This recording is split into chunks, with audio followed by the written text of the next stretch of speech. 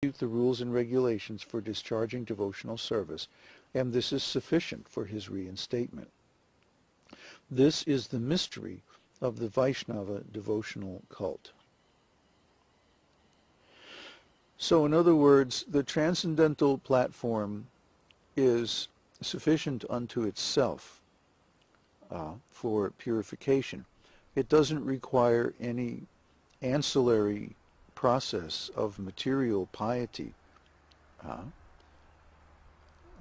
Normally when someone commits an offense, it's understood that they have to perform penance to be cleansed, purified.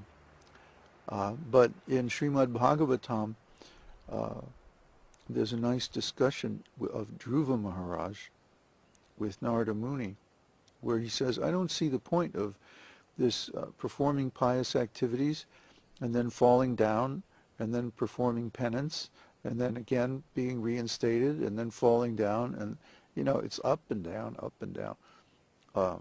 Why is this?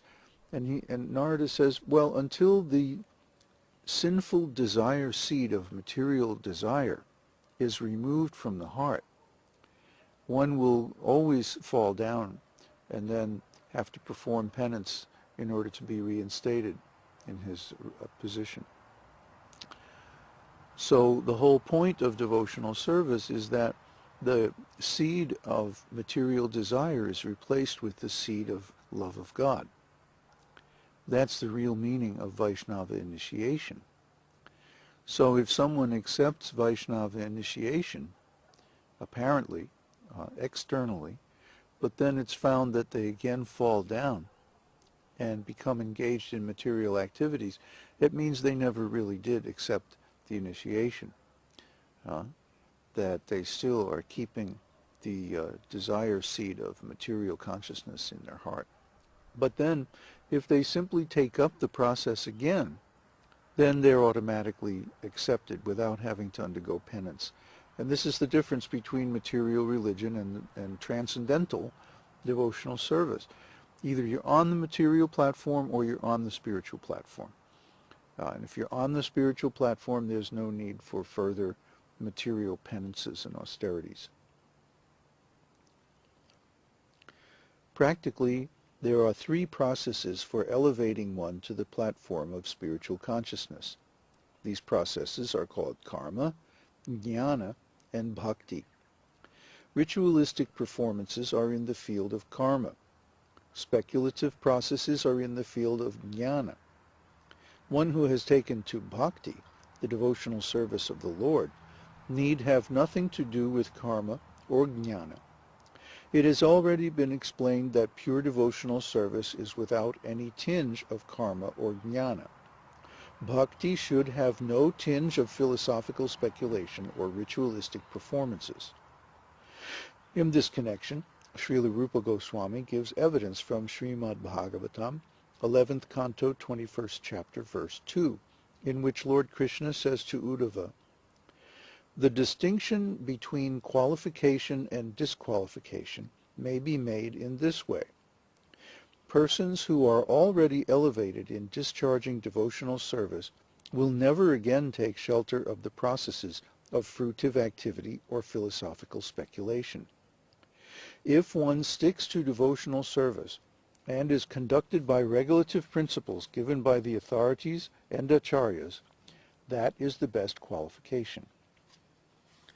This statement is supported in Śrīmad-Bhāgavatam, 1st canto, 5th chapter, verse 17, wherein Sri Narada Muni advises Vyasadeva thus, even if one does not execute his specific occupational duty, but immediately takes direct shelter of the lotus feet of Hari, Krishna, there will be no fault on his part, and in all circumstances his position is secure.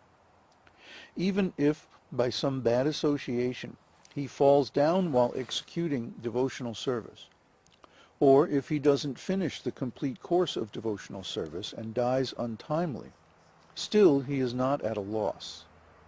A person who is simply discharging his occupational duty in Varna and Ashram, however, with no Krishna consciousness, practically does not gain the true benefit of human life. The purport is that all conditioned souls who are engaged very frantically in activities for sense gratification, without knowing that this process will never help them get out of material contamination, are awarded only with repeated births and deaths. However, the first part, even if a person doesn't perform their material activities, but simply takes full shelter and surrenders at the lotus feet of the Lord in devotional service, then they can attain the highest destination of human life. Even if they don't get to finish their devotional service, there's no fault in them, and their activities will be rewarded, and they'll be able to start in the next life exactly where they left off.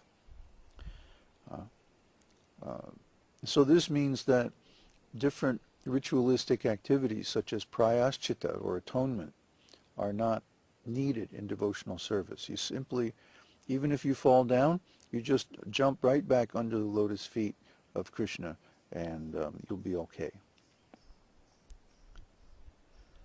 In the 5th canto of Śrīmad-Bhāgavatam, it is clearly stated by Rishabhdev to his sons, persons engaged in fruitive activities are repeatedly accepting birth and death, and until they develop a loving feeling for Vasudeva, there will be no question of getting out from these stringent laws of material nature.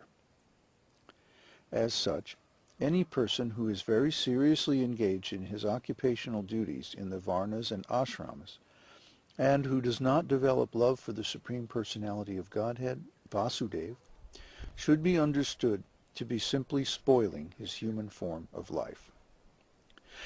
This is confirmed also in the 11th canto of Śrīmad-Bhāgavatam, 11th chapter, verse 32, in which the Lord says to Uddhava, "My dear Uddhava, any person who takes shelter of me in complete surrender and follows my instructions, giving up all occupational duties, is to be considered the first-class man." In this statement of the Supreme Personality of Godhead, it is understood that people who are generally attracted to philanthropic, ethical, moral, altruistic, political, and social welfare activities may be considered nice men only in the calculation of the material world.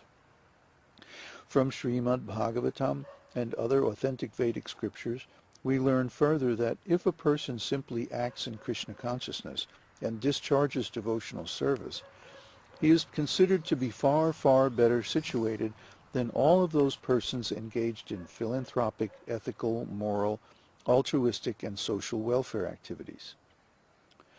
The same thing is still more emphatically confirmed in Śrīmad-Bhāgavatam 11th canto 5th chapter verse 41, in which Karabhajana Muni addresses Naharaj Nimi as follows: "My dear king, if someone gives up his occupational duties as they are prescribed for the different varnas and ashramas, but takes complete shelter, surrendering himself unto the lotus feet of the Lord, such a person is no more a debtor, nor has he any obligation to perform the different kinds of activities we render to the great sages, ancestors, living entities, and family and society members. Nor has he any need to bother executing the 5 kinds of yajnas, sacrifices, for becoming free from sinful contamination.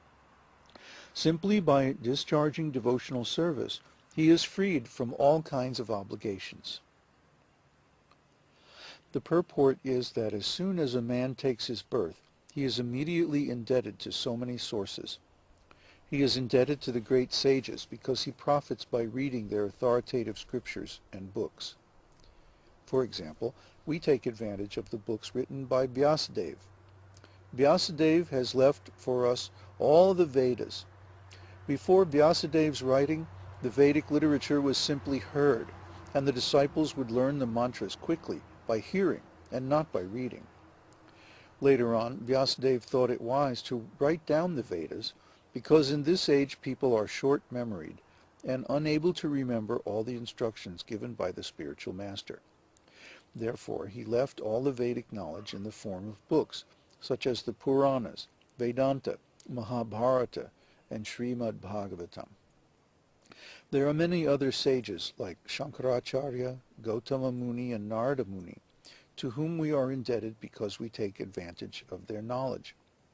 Similarly, we are obliged to our forefathers because we take our birth in a particular family where we take all advantages and inherit property. Therefore, we are indebted to the forefathers and have to offer them pinda, prasada, after they are dead.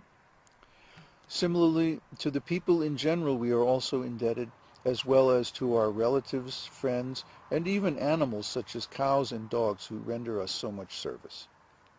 In this way we are indebted to the demigods, to the forefathers, to the sages, to the animals, and to society in general. It is our duty to repay them all by proper discharge of service. But